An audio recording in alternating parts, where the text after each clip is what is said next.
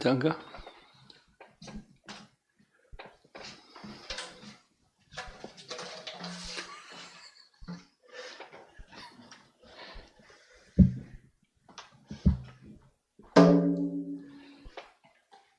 Do either of you know how to play Mridanga yet? You do? Good or no? Yes? You want to play? You want me to play? You play.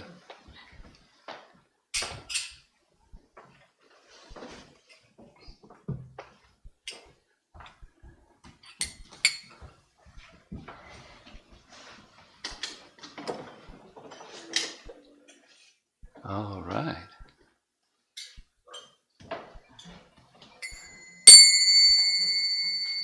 Jaya Radha Madhava Kunja Bihari Madhava Kunja Bihari Jaya Radha Madhava Kunja Bihari.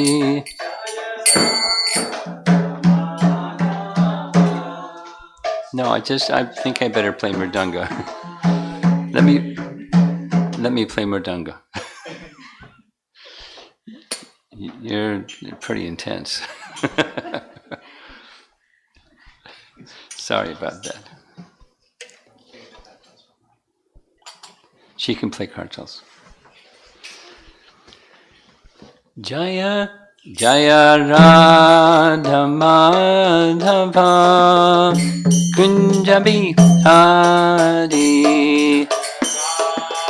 Madhava Kunja Bihari Jaya Radha Madhava Kunja Bihari.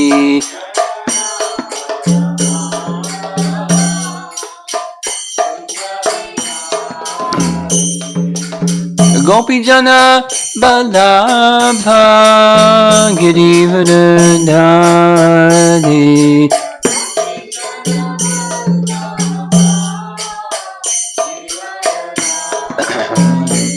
Gopi Jana Balabha Girivardhari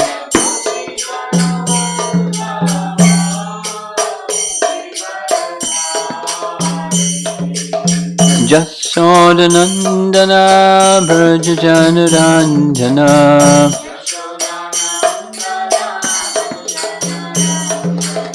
Jasodanandana Brajajanarandana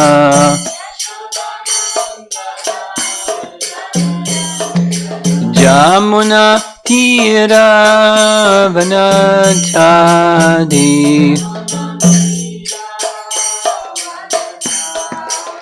Jamuna Tira Vanachadi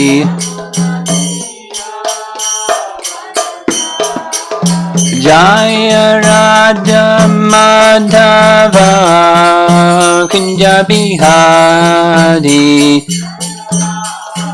Madhava Kunja Bihari Jaya Radha Madhava Kunja Bihari Madhava Kunja Bihari Gopi Jana Balabha Girivardhari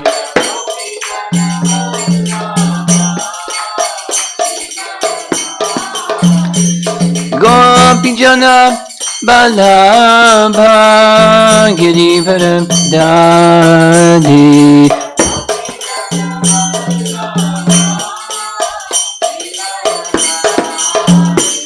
Jasodanandana Brajajanarandana Jasodanandana Brajajanarandana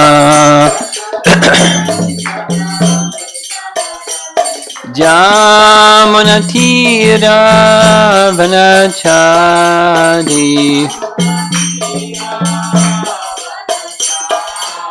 Jamunatira vanachari.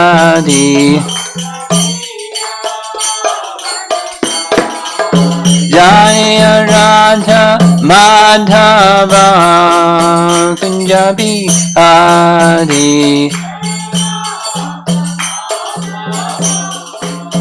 Kunjabi Jaya Radha Madhava Kunjabi Hari.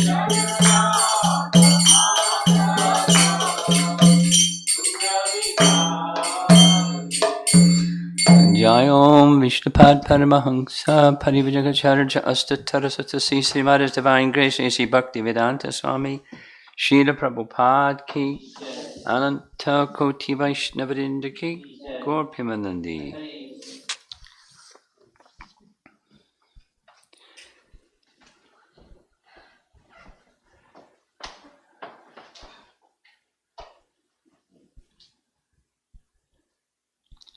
The plan is, today we're going to Dwaraka. Would you like to go to Dwaraka? That was enthusiastic, boy, yeah. Well, there's different methods of trying to get to Dwaraka. And during this COVID-19, you're not likely to get there. But even if you were to be able to get there, according to what our acharyas teach us about the Holy Dham, you can't buy a ticket to get there. What that means is, you may buy a ticket to get to the, where your GPS tells you you're at Dwaraka, but Dwaraka is a transcendental place. You can't get there by GPS or tickets. You have to get there by consciousness. And how that Krishna consciousness, or how consciousness of the Supreme Personality Godhead in His Holy Dham is made possible, consciousness-wise, is through sound. So the best way to get to Dwaraka or Vrindavan or any transcendental place is through sound, because the sound and the place are non-different. The sound and the person are non-different. The form of the personality of Godhead resides in that place, and the sound describing Him is non-different. We spent some time this morning discussing this. The Srimad Bhagavatam is the form of Krishna. Not only represents or tells us something about its information, it's not that kind of sound vibration. It's a transcendental sound vibration that's the same qualitatively as the form of the personality of Godhead. So the best way to get there is stay in Naperville and hear, or go wherever you go and hear. If you want to enter to Dwaraka, hear. And by being there and hearing about Dwaraka, or being here and hearing about Dwaraka, then that transports you to Dwaraka. So that's the method that was used in the case of Gopa Kumar. What does Kumar mean? You two children here. What is the meaning of Kumar? Kumar. Kumar. You've heard of the 4 Kumaras, right? So Kumar means, in everyday language, means a kid. A small boy.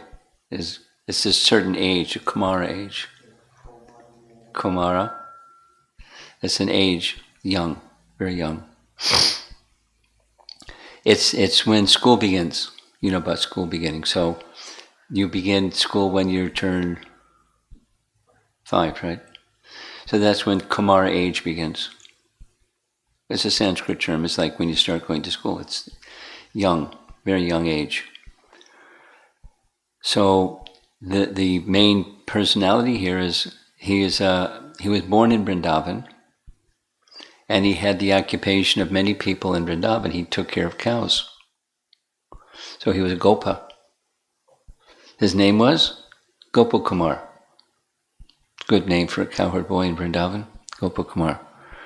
And he, in the course of herding the cows, he saw in a distance, along with the other boys, a very amazing personality, a Brahmin, that attracted all of them. And Gopa Kumar came, and after taking care of the cows, he went and spent time with this Brahmin.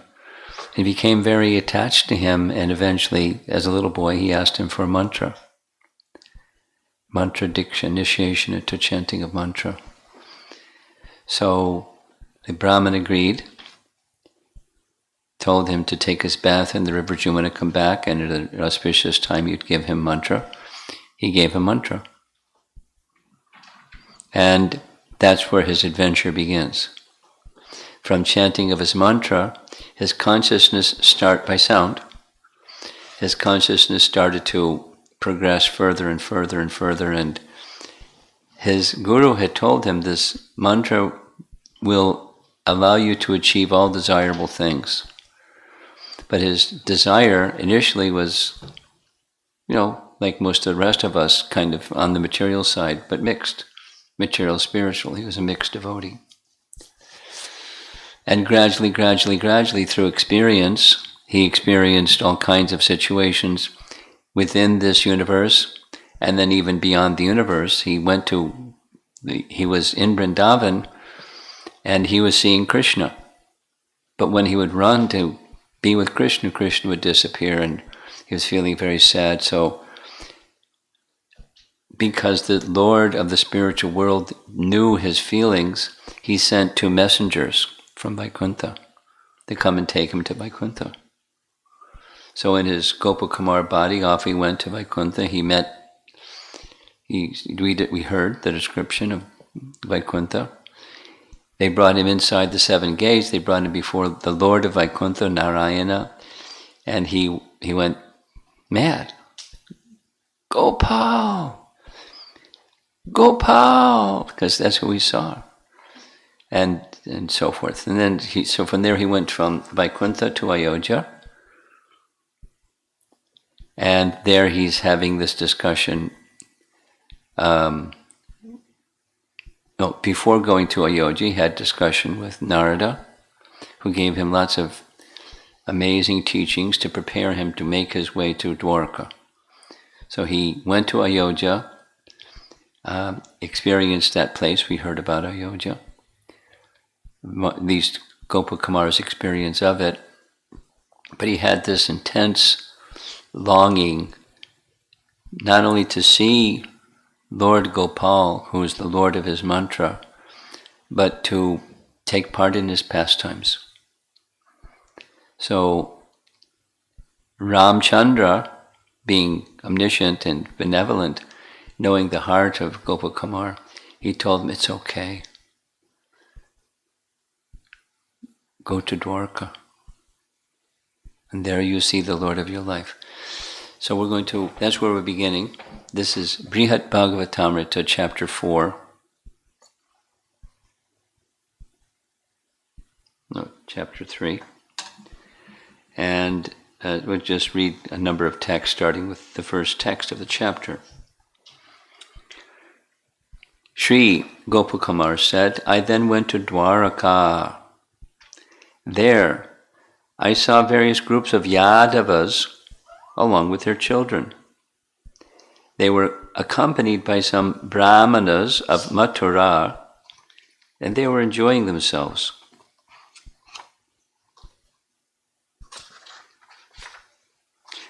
I had wandered everywhere, but I had never before seen such a perfection of charm as that which shone in them. Seeing them gave me such delight that I forgot everything I had in mind. And those Yadavas, the best of all knowing sages, drew me into their company and embraced me. when they recognized me as the son of a cowherd from Govardhan Hill, their hearts melted in a flood of affection. And they took me by the hand and brought me into the inner precincts of the city. From a distance, I saw the personality of Godhead brilliantly manifest. At leisure, in a vast assembly hall, he sat on the excellent cushion of an excellent throne made of gold and jewels. That's the Sudharma Assembly Hall. He was served by many quintessential charms, like superlative charms, of the Lord of Vaikuntha, and by many different splendors, greater and greater than even that Lord does not possess, revealing his two beautiful arms for his devotees. So it's a two-armed form. Lord of Vaikuntha has four. Lord Krishna, the ocean of supremely wonderful pastimes, was worshipped by youthful maturity, softened by a touch of adolescent grace. What a nice description. His sublime gestures stole the hearts of his servants. Above him shone a broad white umbrella.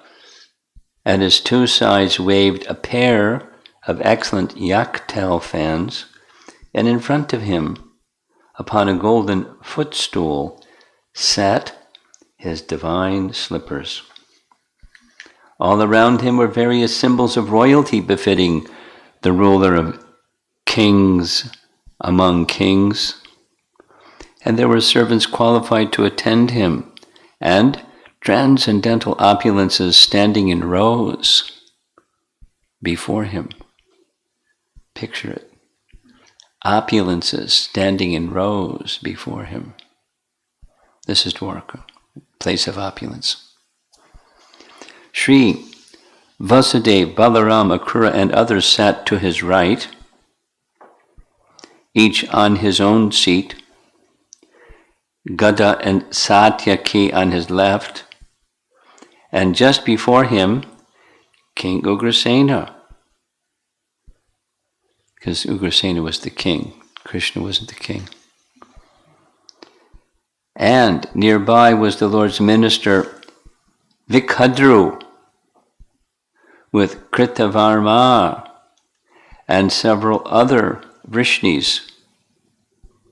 Vrishnis are, that's in the line, the Yadus and the Vrishnis they come from the same ancestry. That's just describing one of the predecessor in that line and the other predecessor, but they're all from the same line. Just branches of the same line. Sri Narada was entertaining the Lord. He just saw him in Vaikuntha, and now here he is in Dwaraka again. We're going to hear about that. Making him smile with clever words, fine singing, and the music of his veena. Sri Garuda stood before the Lord, glorifying him with prayers, and Uddhava massaged the Lord's lotus feet and pleased him with affectionate, intimate remarks. Everyone has their service. That's Uddhava's. Seeing from a distance the goal I had desired to see, I fell unconscious, overburdened by love. Then the Lord, brimming with exalted rasa of affection, told Uddhava to bring me close. Uddhava quickly came forward, delighted to see me in the dress of a cowherd boy. He carefully lifted me from the ground, brought me back to full awareness, and led me to the Lord's side with both hands. Then the Lord, wanting to lift me up and draw me to his side, placed his 2 feet close to me, and Uddhava, with his own hand, firmly touched my head to those lotus feet. He'd never experienced anything like that before. The Lord of my life then stroked me with his lotus hand, as if to cleanse each of my limbs